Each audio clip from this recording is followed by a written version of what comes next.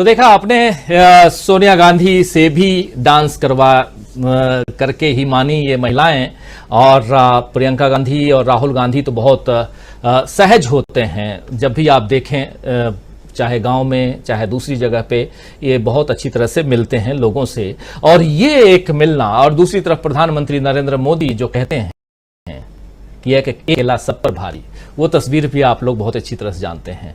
तो कहां नफरत और कहां मोहब्बत, यही पैगाम तो इस देश को चाहिए भी। हमारे साथ जुड़ गए हैं सुनील शुक्ला जी, वरिष्ठ पत्रकार हमारे साथी। आपका स्वागत करता हूं सुनील जी। आपका वीडियो थोड़ा डाउन है, मैं समझ रहा हूं आप कहीं अपने मुख्यालय से बाहर हैं, और मौसम भी खराब है, तो उस हिसाब से भी समझा जा सकता है। लेकिन आपकी आवाज, आपकी बात हम पहुंचाने की कोशिश करेंगे अपने तमाम साथियों तक जो जुड़े हुए हैं।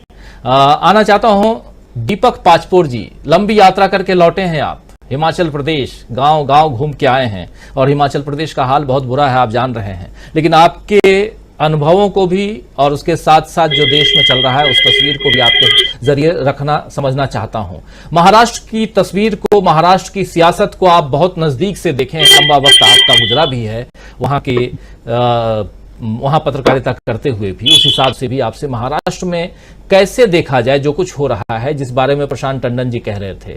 बेंगलुरु चलेंगे, खूब चर्चा करेंगे बेंगलुरु की। कल से तो हम लोग बेंगलुरु में ही रहेंगे और वहां से भी आप लोगों के बीच पहुंचाएंगे ही, वहां का एक एक विश्लेषण आप तक पहुंचाएंगे, एक एक तस्वीर पहुंचाएंगे। लेकिन बेंगलुरु से पहले महाराष्ट्र में जो हलचल है, कैसे आप देखते हैं, किस हिसाब से देखा जाए? और उससे पहले दिल्ली में जो हलचल राहुल गांधी करके बैठे हुए हैं, कितनी नींदें खराब कर रही हैं, कितनी नींदें उड़ा रही हैं, कितनी जमीनें या कितनी जड़ें जो हैं वो कमजोर हो गई हैं कांग्रेस बीजेपी की। राजू जी, आपने बताया कि मैं पहाड़ों से नीचे उतर आया हूं। मेरा पहाड़ों से उतरना उतना महत्वपूर्ण नहीं है जितना इस समय भाजपा का जो ऊंट है वो राजनीति के पहाड़ से नीचे उतरता हुआ दिख रहा है, और उसको पता चल रहा है कि 2024 की जो चोटी है वो वाकई कितनी ऊंची है। तो उसके कई कारण है। जैसे महाराष्ट्र का ये जो शरद पवार का जो खेल है, मतलब अगर शुद्ध बिहारी मुहावरे में कहा जाए तो खेला, इस खेला को समझना वाकई बड़ा मुश्किल है। ये आने वाले समय में कुछ ना कुछ अनफोल्ड जरूर होगा। लेकिन आप याद कीजिए कि पिछले कुछ पहली बार जिस समय देवेंद्र फडणवीस जो है वो मुख्यमंत्री बने थे, और उन्हें रातों रात कोश्यारी जी ने जो उन्हें शपथ दिलाई थी, और उसके बाद एक ही 2 दिन के बाद ऐसा दांव पलटा था कि पता चला कि अजीत पवार वगैरह जितने एनसीपी के वो नेता जिनके ऊपर कोई न कोई जांच चल रही है, वो सारे के सारे उन्हें क्लीन चिट भी मिल गई, और वो सरकार में भी बने रहे। और बाद में उन्होंने जो जो करना चाहा, उद्धव ठाकरे के साथ लगभग 2.5 साल सरकार भी चला दी। तो अभी अगर भारतीय जनता पार्टी ये सोचती है कि इस तरीके से दूसरी बात तोड़कर इनको अजीत पवार को उप मुख्यमंत्री बनाकर उन्होंने कोई बहुत बड़ा खेल जीत लिया है, इस गेम को जीत लिया है, तो ये गलतफहमी आज जो है उनकी शायद दूर हो जाएगी। और आज की रात से लेकर जब तक कांग्रेस की 2 दिन की बैठक चलती है, तब तक मुझे नहीं लगता है कि भारतीय जनता पार्टी वाकई शरद पवार के इस खेल को समझ पाएगी। यानी ये वाकई बड़े आश्चर्य की बात है कि एक तरफ तो उन्होंने वो पार्टी को तोड़कर बाहर निकल गए, और उसके बाद दोबारा अपने उसी नेता के पास जा रहे हैं। शरद पवार को हमेशा एक तरह से ऐसा कद्दावर नेता माना गया है। आज भी देखिए, पिछले कई सालों से हम ऐसा नेता अगर कहें कि जहां वो खड़े हो जाए 25-50 हजार की भीड़ चलती है उनके साथ, तो उसमें एक शरद पवार आज भी है, इतनी खराब हालत के बावजूद। तो मुझे ऐसा लगता है कि भारतीय जनता पार्टी के लिए बहुत चिंता की बात है।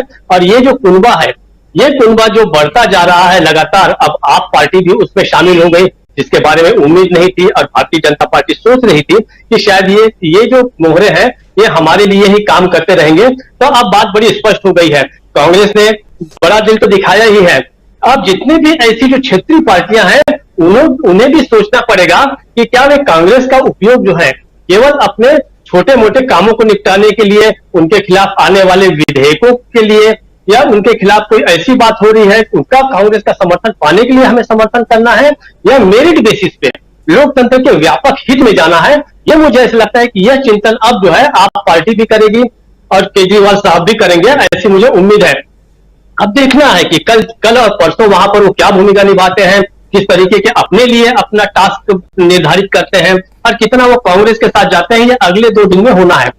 कल और परसों की जो मीटिंग है विपक्षी दलों की, ये बहुत बहुत बहुत महत्वपूर्ण है। उसका देखिए एक कारण, सबसे बड़ी बात तो यह है कि एडवांटेज कांग्रेस को इस तरीके से है कि दोनों तरफ कांग्रेस और भारतीय जनता पार्टी दोनों अपना अपना कुनबा बढ़ा रहे हैं, अपने अपने खेमे में लोगों को लाने की कोशिश कर रहे हैं। लेकिन देखिए बहुत ही बारीक फर्क यह है कि ये सारे दल कांग्रेस की तरफ जा रहे हैं, जबकि इसके ठीक विपरीत भारतीय जनता पार्टी अपना कुनबा बढ़ाने के लिए लोगों की तरफ जा रही है।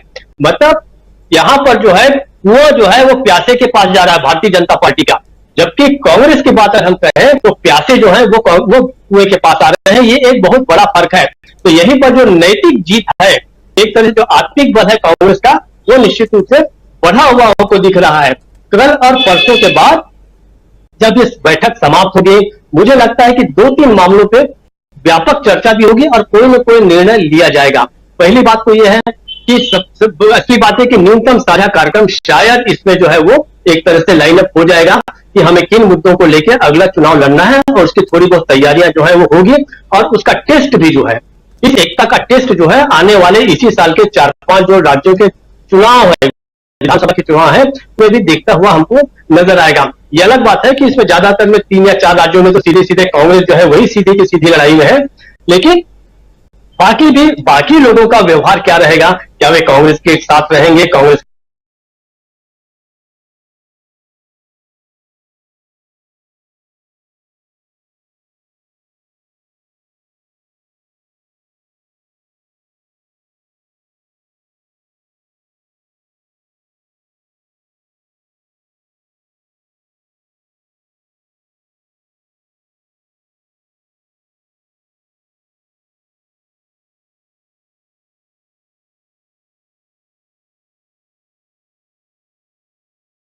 ईमानदारी कुछ ज्यादा ही कट्टर जो थी थोड़े दिनों के लिए हो गई थी, तो आशा की जा सकती है कि वो रहेंगे उस बैठक में।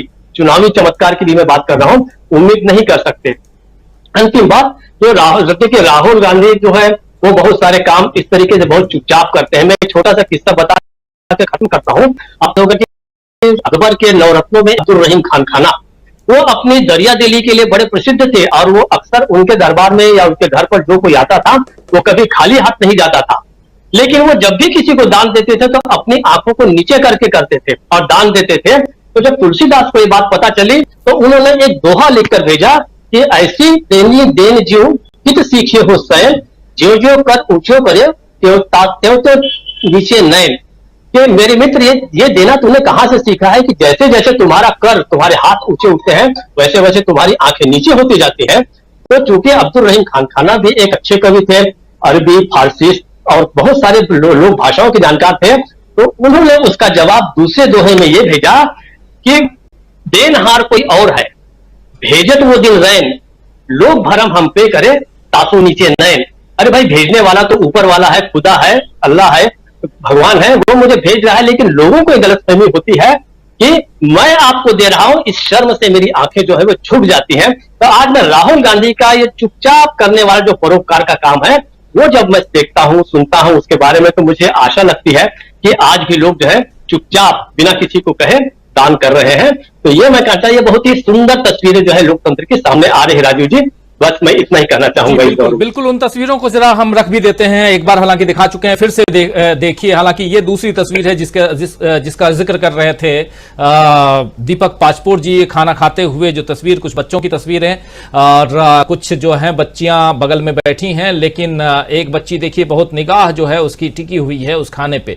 चलिए दूसरी तस्वीर, राहुल गांधी जिस महिला से बात कर रहे हैं, महिला जो है वो खाना बना के लाती हैं और खेत में खाना खा रहे हैं, और उसके बाद उनमें से एक महिला कहती है कि मुझे दिखाई कम देता है, तो पूछते हैं क्या मोतियाबिंद हो गया है और इलाज करवा दें, और इलाज करवाते हैं। और दूसरी बार जब ये महिलाएं राहुल गांधी के घर आती हैं तो उनमें से वो महिला आंख पर चश्मा लगाई हुई, काला चश्मा लगाई हुई दिखती हैं। जरा देख लीजिए, इस पूरे फुल स्क्रीन ले आइए, इस तस्वीर को दिखाइए, इस बाइट को दिखाते हैं और फिर आगे बढ़ते हैं। बहुत इंपॉर्टेंट चर्चा यहां चल रही है, उसको देखिए जरा।